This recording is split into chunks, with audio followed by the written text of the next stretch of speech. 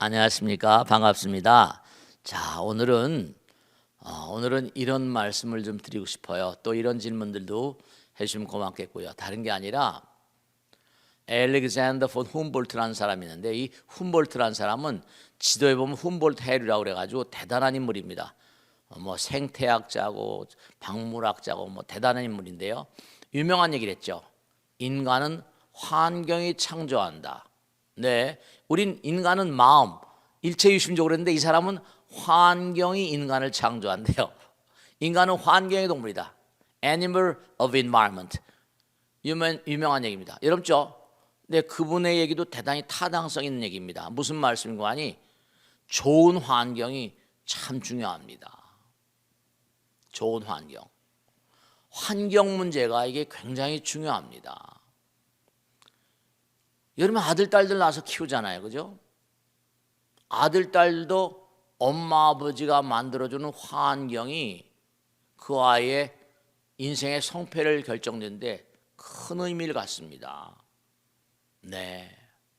제가 우리 스님들한테 항상 드리는 말씀이 있는데요. 다른 게 아니라 너희들은 중은 뭐냐? 자기 자신이 열심히 수행하면서 모자람이 있지 우리 다. 그러나 열심히 기도하고 천도하고 공부하고 부처님 말씀 전달하고 생활하려고 노력하고 100% 부처님 같지는 않지만 네, 그래야지 그 법당이 잘 될 수밖에 없다. 법당도 말이죠. 잘 되고 못 되는 게 전부 다 그 절에 나오는 모든 사람이 어떤 법당을 만들어가는가, 어떤 환경을 만들어가는가, 이게 중요한 거예요. 가정도 마찬가지예요. 엄마 아버지가 어떤 가정을 유지하려고 애쓰는가. 그래서 아들 딸 낳았다고 돈이나 벌어야 되고 밥이나 해야 되고 빨래나 해야 되고 그게 가정이 아닙니다. 가정은 새로운 우주를 창조하는 그런 집단이에요. 조그만 집단이지만. 그러니까 항상 인간은 환경의 동물이고 환경이 창조한다는 그런 생각을 잊지 마시고, 그러니까 그 나물에 그 밥 그러잖아요. 그 아버지의 그 아들이고 그 엄마의 그 딸입니다. 제가 아주 자랑스럽게 생각하는 게 우리 능인선원 신도들은 어디 가도 말이죠. 그렇죠? 다른 절들에서 그럽니다. 능인선원 신도들은 달라 이래. 우리 공부로 다져졌습니다. 그러면 뭐죠? 저도 항상 그냥 공부하는 걸 평생을 두고 즐겨하는 거예요. 기도하는 거. 이러고 지금 40년을 하고 있는데요. 제 아는 도반들도 그러네. 힘들지 않냐. 네. 힘든다는 생각보다는 즐거움으로 끊임없이 승화시키는 것. 여러분 잊지 마세요. 환경은 뭐라? 우리 인간을 창조하는 그런 그 집단입니다. 그러니까 내 주변의 환경이 어떤 상황인가 하는 것이 그 사람의 어떤 그런 인격과 인품의 어떤 그런 모든 걸 좌우하는 바로미터 같은 겁니다. 자, 그러면 오늘 또 어떤 질문을 해주신지, 자, 누가 질문해 보겠습니다. 네, 질문해 보세요. 네. 네, 안녕하세요, 스님. 네, 안녕하세요. 네. 네, 반려동물과 관련한 텔레비전 프로그램을 보면서 길들이기를 잘해야 한다는 말을 자주 하는데요. 사실 사람도 길들이기가 중요하잖아요. 어허. 어떻게 해야 사람을 길게 길들일 수 있을까요? 스님의 말씀을 듣고 싶습니다. 네. 정말 사람은 길들이기 동물입니다. 길들이기 동물이에요. 어떻게 길들이냐? 그러니까 그 사자를 조련하는 조련사들이 있어요. 사자는 무섭잖아요. 근데도 사자를 조련하니까 사자가 사람 그 조련사한테 그렇게 다정하게 대하더라고요. 참 정말 희한하더라니까.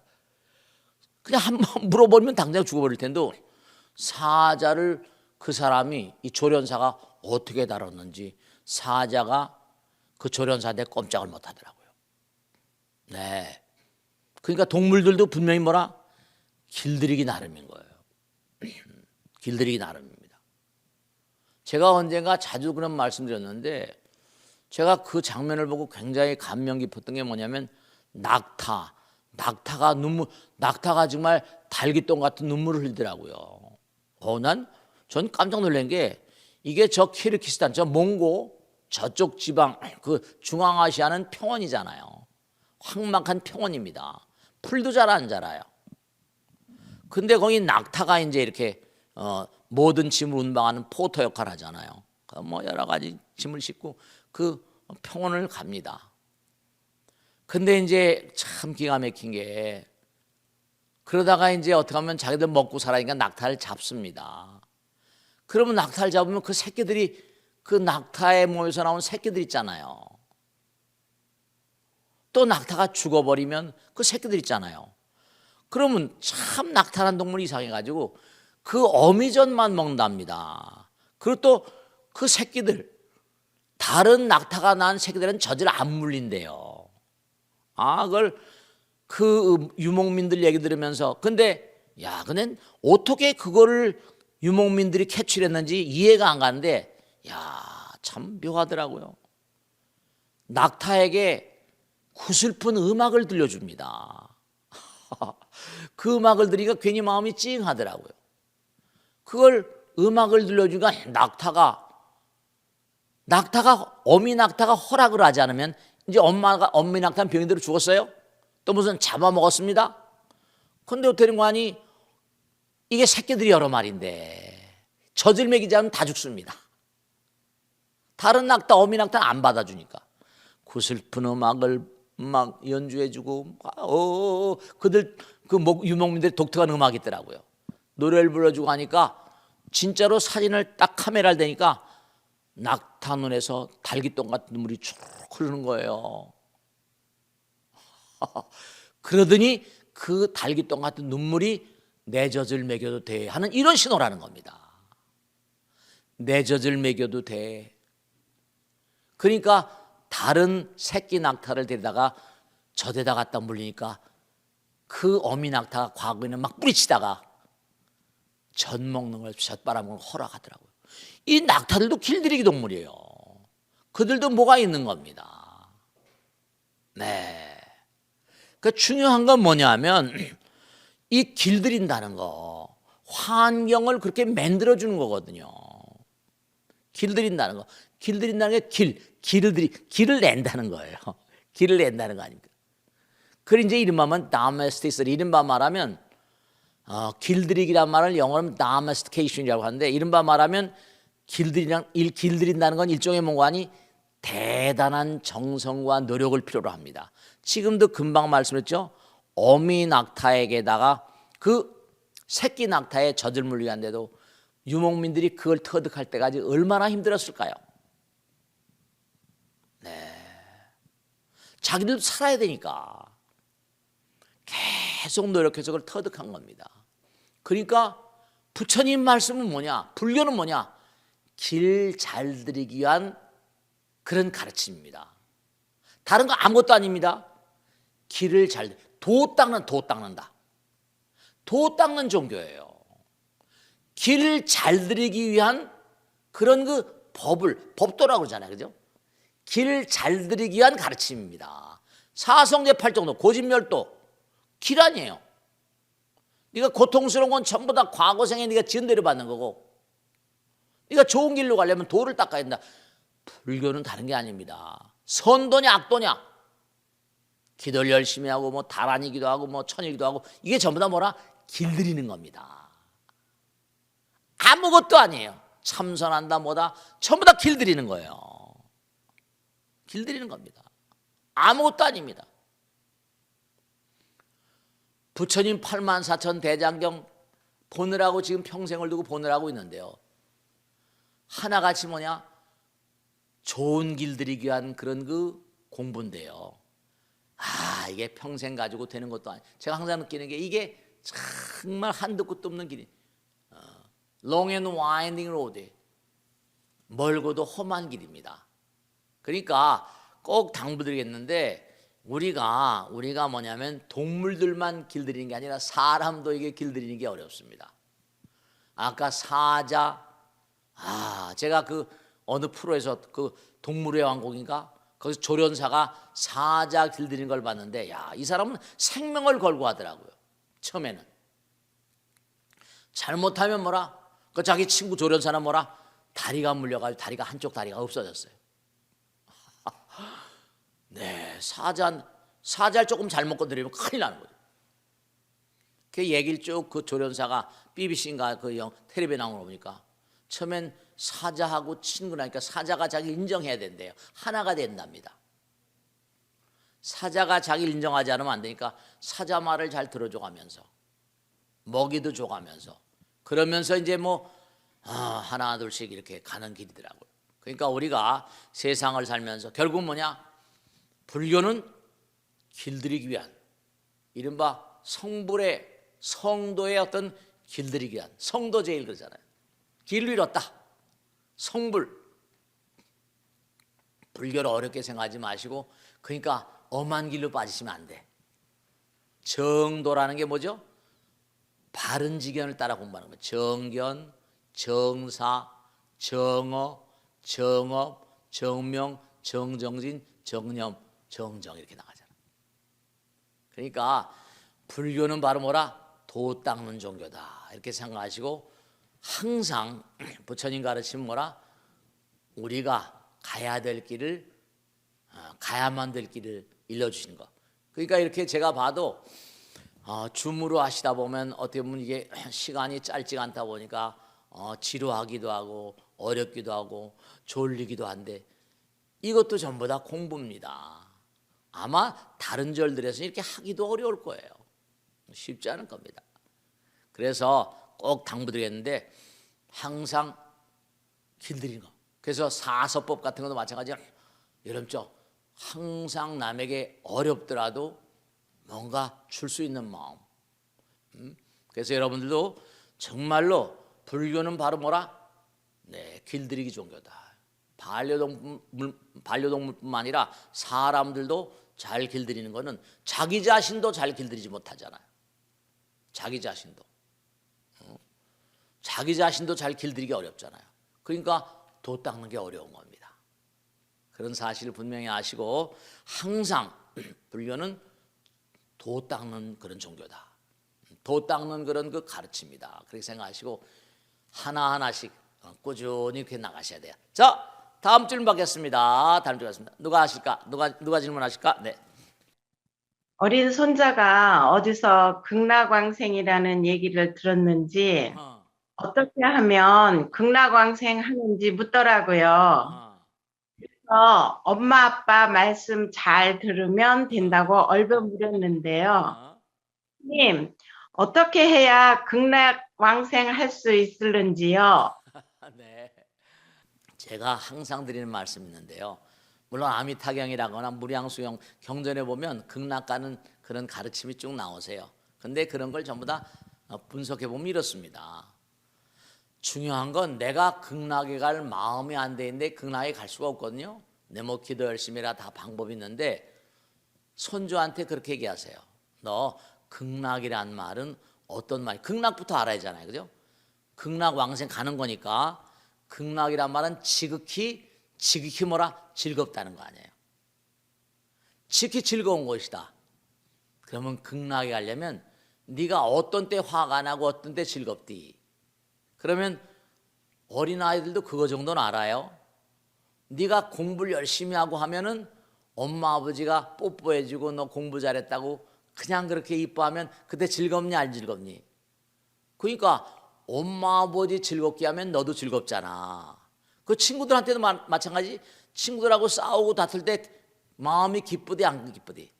친구들하고 사이좋게 놀고 그리고 친구들한테 뭔가 하니 네가 좋은 마음을 내고 사랑의 마음 같은 거 내면 친구도 좋고 너도 좋잖아. 그 너도 기뻐 안 기뻐? 기쁘잖아. 우선 아이들에게 해야 될 얘기들은 아이가 어떤 때 기뻐하는가, 그걸 아이들이 기뻐하는 상황을 쭉 공책에다 한번 메모해 보세요. 그래서 네가 매일매일 살아가면서 정말로 남들이 기쁠 때 내가 기쁜 것처럼 항상 화내고 짜증내고 신경질 내고 그럼 극락 못 간다? 어떻게 하면 극락 가는 거 아니? 상대방을 즐겁게 하면 나도 즐겁잖아. 엄마를 즐겁게 하면 내 공부 열심히 하고 엄마 말 잘 들으면 엄마를 기쁘니까 너도 기쁘잖아. 중요한 건 극락 가려면 여기서 살면서 네가 극락에 갈 수 있는 마음이 돼야 돼. 항상 그런 마음으로 살아야 돼. 어른들 가운데도요, 뭐 극락 가려면 이런 기도하고 저런 기도, 에이, 택도 없는 소리 하지 말라고 하세요. 여기가 극락처럼 안 살았는데 어떻게 그런 사람은 극락, 뭐 했다고요? 천만의 말씀이에요. 지금 여기 사는 이 세상을 천당처럼 살아야 돼. 여기 사는 세상을 극락처럼, 내가 이 세상을 얼마나 극락으로 바꿀 수 있을까? 천당으로 바꿀 수 있을까? 내가 사는 이 삶의 현장을 극락으로 못하는, 극락 가는 그런 마음이 아닌데 어떻게 극락 가요? 어떻게 천당 가요? 내가 여기서 당장 뭔가 아닌데 잘못 투성이잖아요. 저도 마찬가지입니다. 매일 참여하고 이렇게 말씀드려도 제가 무슨 여기서 극락 가는 삶이 100% 아이, 택도 없는 소리입니다. 경전에 다 나와요. 뭐 부모에게 효도하라고, 스승과 어른을 잘 받들라고 나오고, 자비심으로 살생하지 말라고, 십선업을 잘 닦으라, 별의별 게 다 나옵니다. 그게 전부 다 분석해 보면요, 여기서 극락을 살라는 겁니다. 여기서 천당을 살라는 겁니다. 다른 거 아무것도 없어요. 극락 천당 가는 게 특별한 길이 있는 게 아니고요, 여기서 너희들이 천당을 살아라, 여기서 너희 극락을 살아라, 그 얘기입니다. 하나부터. 선인선과 악이 낫고 하니까 좋은 씨앗을 많이 심으라는 거고, 극락 천당 가는 길은 별게 아닙니다. 우리가 사는 가정, 우선 내 마음을 극락으로 만들어야죠. 내 마음이 극락이 아닌데 내 마음을 극락으로 만들려면 어떻게 해요? 부처님께서 날 보시기에 내가 얼마나 정말로 부처님 보시기에 아름다운 마음인가, 부처님 보시기에 내 마음이 얼마나 아름다울까. 매일 참여합니다. 전 부처님 정말 감사합니다, 고맙습니다, 사랑합니다, 정말 참여합니다. 매일매일 이렇게 말씀을 매일매일 잘못해요. 그 사람들은 죽으면 좋은 데로 가기 원하죠. 죽으면 좋은 데로 가길 원하지 마세요. 여기 살아있는 이 자리가 뭔고 하니 전부 다 극락 천당처럼 살지 않고는 택도 없습니다. 되지가 않아요. 그러니까 항상 마음, 현장에, 내가 살고 있는 이 현장이 천당이다, 극락이다, 그런 마음으로 사실 때 여러분 정말로 천당 극락 가실 거예요. 아시겠죠? 자, 다음 질문 받겠습니다. 다음 질문 받겠습니다. 네, 문수행입니다. 오늘 네. 제가 여쭙고 싶은 거는요, 네. 요즘 코로나 시대의 최대 화두가 면역이라는 걸 최대 화두로 삼아서 많은 분들이 운동이라든지 또 어떤 영양 섭취에 대해서 아주 꼼꼼히 생각들하고 실행에 옮기는데요. 저는 제가 불교 신자다 보니까 어떤 먹고 운동하는 것보다 명상이나 수행하면서 더 열심히 했을 때 면역력 증진에 네. 더 도움이 되지 않을까 궁금해서 스님께 여쭙습니다. 네. 여러분, 저 이런 게 있어요. 사람들이 면역력의 정체에 대해서 분명히 좀 아셔야 되는데, 면역력을 강화시키려면 독심을 먹어서는 절대로 안 됩니다. 나쁜 마음을 먹게 되면은 이건 면역력이 확 약해져 버립니다. 나쁜 마음을 먹게 되면 당장 내가 자살 꼴집어넣는 거예요. 면역력은 너는 이 세상에 나가게 되면 이런 정도의 자연 면역력은, 이게 내추럴 힐링 파워인데요, 이뮨 파워, 면역력이 이 정도는 있어야 돼. 근데 나가서 살다 보면 화를 내고 짜증을 내고 신경질 내고, 그게 스트레스를 하잖아요. 세포들이 독성을 먹게 되고 바이러스, 박테리아가 독성을 먹게 되면 이것부터 잡아야 된다고요. 이게 그러면 일이 가중되죠. 거기다가 문제가 되는 게, 이게 점점 독심이 강해지면 어떻게 되죠? 독성 바이러스, 박테리아가 홍에 떠버리면요, 이게 시너지, 일종의 뭔가 아니에요. 힘이 강해지니까 독성이 더 강해지는 거예요. 코로나 바이러스 같은 거 이제 앞으로 우리가 이런 상태로, 제가 말씀드렸죠, 앞으로 코로나보다 더 무서운 게 온다, 그런 얘기를 세계적인 과학자들이 얘기합니다. 충분히 가능성 있는 얘기예요. 그러니까 중요한 건 우리가 너무나 독심이 가득해요. 그러니까 면역력이라는 게 어떤 공간이 부처님이 주신 힘인데 인간이 최소한 이 정도의 면역력이 있어야 된다고 하는데 우리가 자꾸만 독심을 쓰고 마음을 나쁘게 쓰면 내 몸에 있는 바이러스 박테리아가 이게 문제가 생겨버립니다. 그런 게 허공에 떠서 서로 하다 보면 세상이 다 독으로 가득 차 있다. 그러면 어떻게 돼요? 내 몸의 면역력이 어떻게 돼요? 면역력이 감당해낼 수 있겠어요? 없겠어요? 감당 불가합니다. 그러니까 기도하는 거예요. 그러니까 참선하는 거예요. 왜냐? 우리 두뇌를 보면 꼭 호두처럼 생겼잖아요. 호두가 그러니까 머리에 좋다고 그러잖아요. 이 우반구, 좌반구가 있는데요. 우반구는 감성골이고 좌반구는 이성골이라고 하는데요. 중요한 건 뭐냐? 우리가 삶을 도모하면서 아까 참선 명상 말씀하셨죠? 참선 명상을 한다는 게 뭐냐? 이먹고 무하면서 내 몸과 마음 가운데 삼독 번뇌, 번뇌라죠? 그 번뇌를 잠깐만 씻어내니까 마음 빨래예요. 마음 빨래. 마음도 빨래해줘야 돼요. 마음 청소해줘야 돼요. 몸도 육신도 위생이란 말 많이 하죠. 몸도 건강하게 돼. 마음도 건강, 정신 건강. Sound body in a sound mind. Sound mind and sound body. 그러니까 몸의 건강 못지않게 마음도 건강해져야 돼요.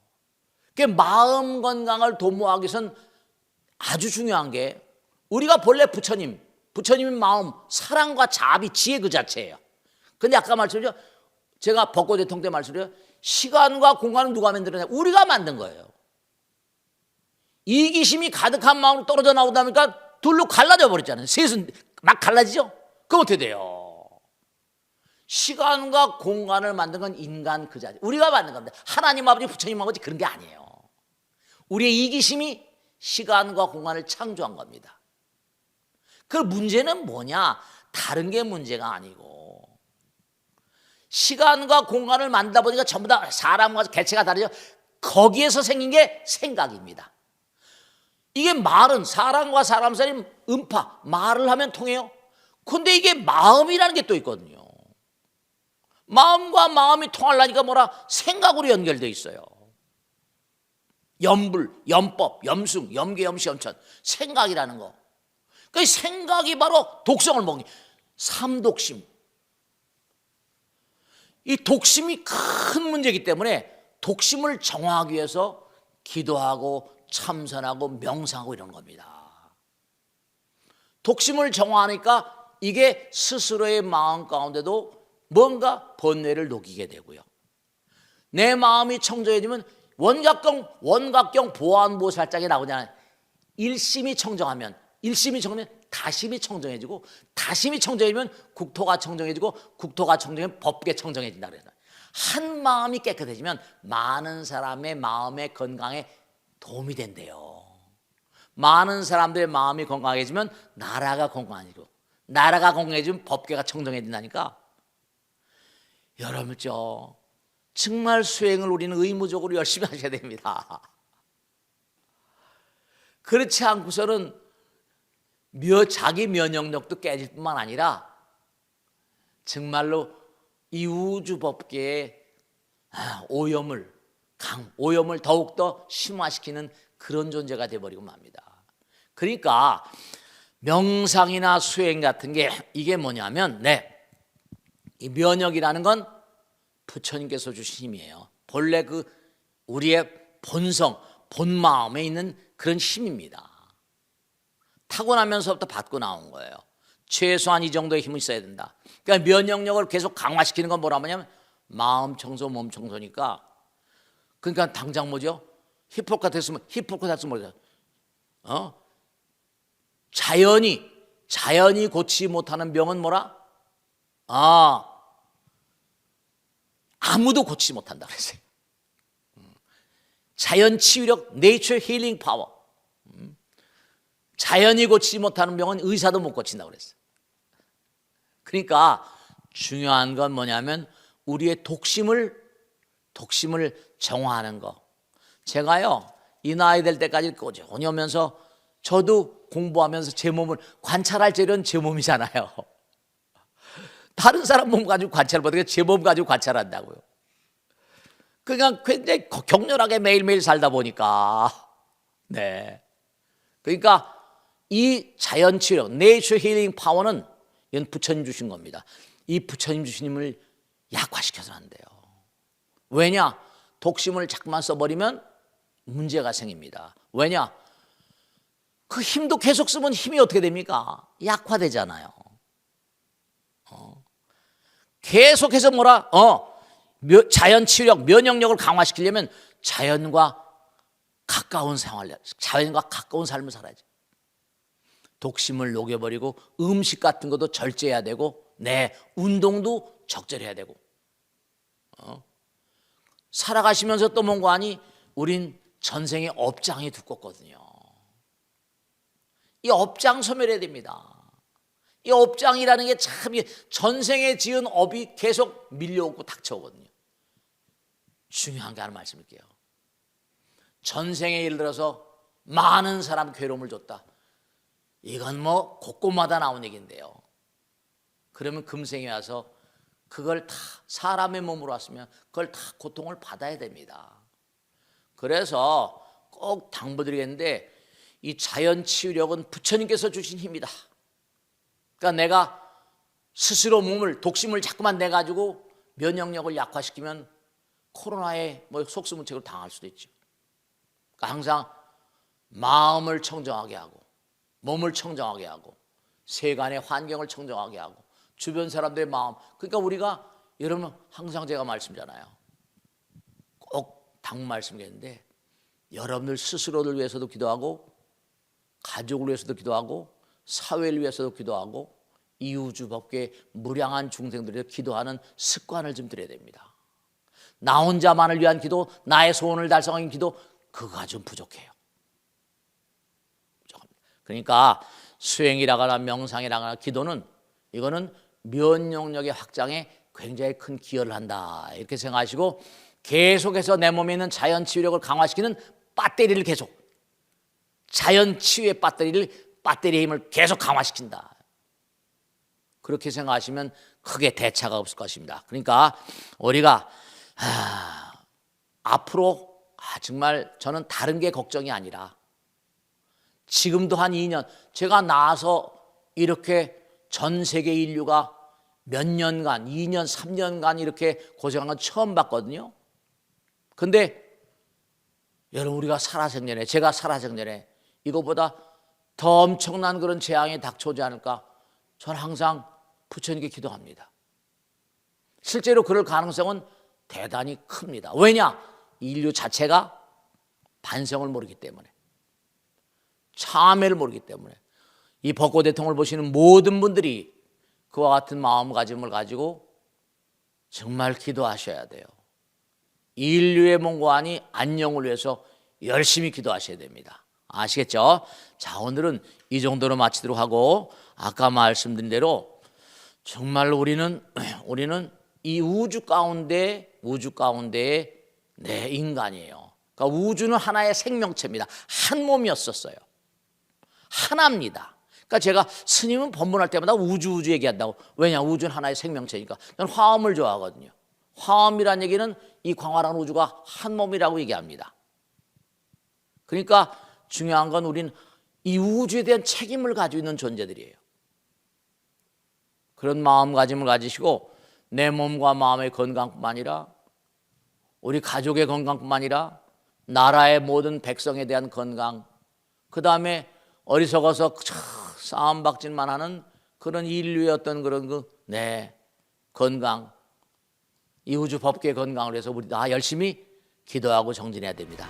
자, 오늘은 여기서 마치겠습니다. 오늘 함께해 주신 여러분들 정말 감사드립니다. 다음 주에 다시 뵙겠습니다. 고맙습니다. 마치겠습니다.